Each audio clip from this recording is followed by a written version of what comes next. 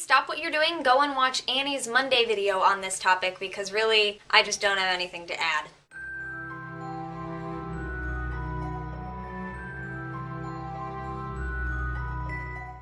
Just kidding, I always have things to add because I talk a lot. Hi everyone, my name's Kara, I'm your Tuesday host on The Pagan Perspective, and this week's topic was actually brought up a couple months ago when we were talking about our opinions on Laurie Cabot. One of our viewers suggested that since we were talking about Laurie Cabot, we should also talk about our opinions on Silver Ravenwolf, the author. So this week we're talking about Silver. There are a lot of things to be said about Silver, just in general. There are a lot of things that people say about her routinely, and there are some opinions that you'll get that you hardly ever hear. Silver is a widely mentioned topic, but she gets a really bad rep. Is it deserved? Is it not? I don't know. But, for example, if you Google Silver Ravenwolf, I have my computer right here, if you Google her name, well, her pen name, her magic name, the first thing you'll get is her official website, and then you see things like Wicca for the Rest of Us, Why We Despise Silver Ravenwolf, her Wikipedia page, the problem with Silver Ravenwolf, why I don't recommend Silver Ravenwolf, and then you'll get like Amazon pages of her books and things that you can buy that she's done. There's also the image search and things like that, but overwhelmingly the things that pop up on the first page are why we hate Silver Ravenwolf type things. I don't know if you guys know this, but the way that Google and I think other search engines as well work is that the things that pop up on the first page, the first search results that you get, show up first because they are the things that people most often click first. It's not because those articles are the most relevant, it's not because they are the best information, it's simply because most people click on those things first. And it's kind of a self-fulfilling prophecy because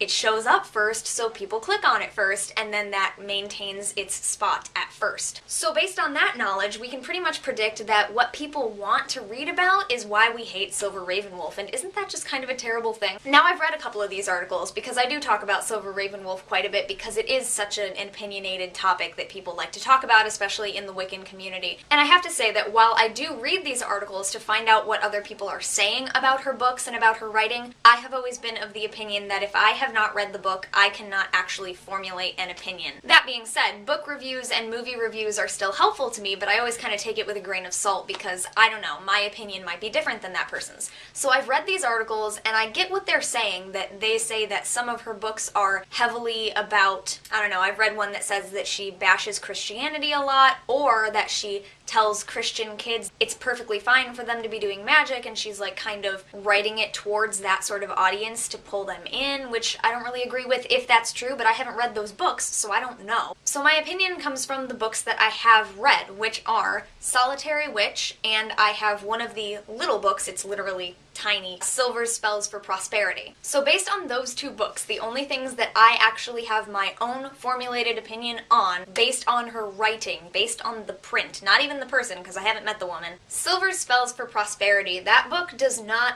call to me a whole lot, and Annie's video talked a lot about resonance and what resonates with each of us. Certain authors resonate with us, certain authors don't, or a certain work by an author might, while another one of their works doesn't, because they differ, they change throughout time, things like that. It's kind of like when you really like a band's music and then they change over time and you don't like that band anymore, but you want to still say that you liked their first couple albums, but you don't like their new stuff. I say that, I don't know if you do. But anyway, Silver Spells for Prosperity does not resonate with me very much at all because I don't like books that give people ingredients, give people a spell, and so it's the kind of thing where like anybody can walk up, take it off the bookshelf, open it up and say, okay, I'll go get these things and I'll say these words and I'll do magic. And I feel like it doesn't really give you the opportunity to really know what magic is like. I call them insta-witch spells because it seems like so many people will just pick it up and think, I can do magic now. However, I will say that Silver tends to put things in the introductions and things like that of her books that talk about the ethics of magic and how you should really go about it, but I don't think as many people read those, and I don't actually remember if it's in the little book, but it definitely is in Solitaire Witch. Speaking of Solitaire Witch, that book, on the other hand, I really enjoy because it is a good introduction to a bunch of stuff, and that's why I love it. It's a big book full of some basic information about a ton of things. It's not the end-all be-all, mind you. It never should be. One book should never be all you read. 2 books, one author even. You shouldn't only read one author. But it is a very good starting point, and I know for me, I still go back to it when I think, oh, I kind of want to start learning more about this topic. I think Silver mentioned it in Solitaire Witch, and I'll go and I'll read the little tiny section. It's kind of like an encyclopedia of sorts. And I'll go and I'll read that tiny section and I'll see what her introduction basic stuff was, and she has other sources in there that you can go to. So I use it kind of the same way I use Wikipedia. So basically, and this is my opinion about most things in general, I always think that there is something you can get out of everything. I also really liked that Annie said this about even if something doesn't resonate with you, if you read someone's book and you say, I don't agree with that at all, it still gives you a place to say, well, I don't agree with that, so what do I think about the topic? And it still gives you a jumping off point, and I think that you can get something out of literally everything. I'm reading a book right now that I completely and totally disagree with. I'm working on it for my prejudice class research, and it's just a book full of ridiculous things that I absolutely do not agree with, but it's helped me so much because I can see what another person's point of view is, and it helps me think a little bit more about, well, why do people think about things the way that they do and stuff like that. So I pretty much still recommend anything to anyone, like still flick through it, still see what you think. I still think you can get something out of it. But like I said, I don't think that anything should be the end-all, be-all, all that you read, all that you take information from. Like I said, I haven't read the rest of Silver's books. I haven't read the To Ride a Silver Broomstick series. I haven't read Teen Witch. I resonate much more with Scott Cunningham personally, but I also read other authors and things. And I do plan on reading more of Silver's books just to get a better feel for them so I can really give a recommendation like, should you go ahead and look at this, or should you go ahead and skip it because maybe you already know that, or you don't follow that, whatever. But I haven't yet, so I don't really know what's in them. I know that tomorrow we'll be seeing a video from Brendan. He's subbing for Eric, and Brendan has read some of her books, so I'm hoping that maybe he's read those and can talk about those. If not, maybe someone else during the week has. Or maybe you have, and you can give your feedback on that. But yeah, like I said, I don't know the woman, so I can't have an opinion on her personally, but I would absolutely hate to say that you should never, ever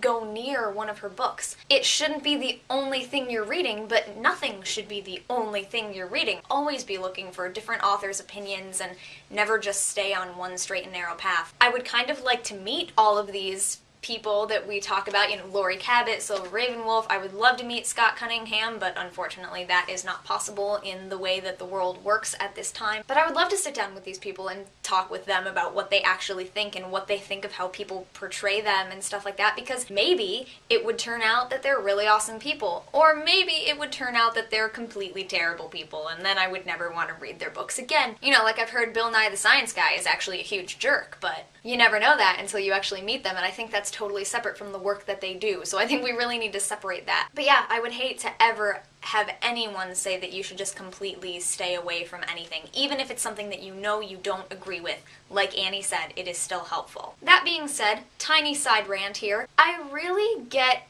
kind of confused and maybe a little angry when people say that anyone who reads anything published by Llewellyn Publications is wrong or dumb or whatever, because Silver Ravenwolf's books are published by Llewellyn, so are Scott Cunningham's, so are a lot of really super good books that I've read. So many people will say stay away from that publisher entirely because they don't check their facts and they spread misinformation and blah blah blah. I don't know about you, but I've found a lot of books by that publisher that are really good. I haven't looked at all of them, but I'm just saying, Llewellyn publishes books on that subject. There aren't a whole lot of publishers that are willing to do that. Like, I know Dancing Rabbit's book was published by O Books, so that was another publisher that was willing to publish something like that. But overwhelmingly, Llewellyn has the money to get those things out there. Of course you should read books that are published by other companies, but the same as the author being separate from other authors and one book being separate from other books by the same author, I don't think the publisher should be your decision-making factor there. So use your judgment. By all means, look at everything you possibly can, is my advice in general, and I really think that that is the core of what we talk about when we talk about what we think of Silver Ravenwolf, because she is an author. If I knew her personally, I would give you a personal opinion, but unfortunately I don't have that, so I apologize for talking so long. I tend to do that, and thank you very much for watching. I will see you next week right here, and until then, blessed be. I'm sorry I repeated myself so much there. I really kind of forgot what I said. Bye!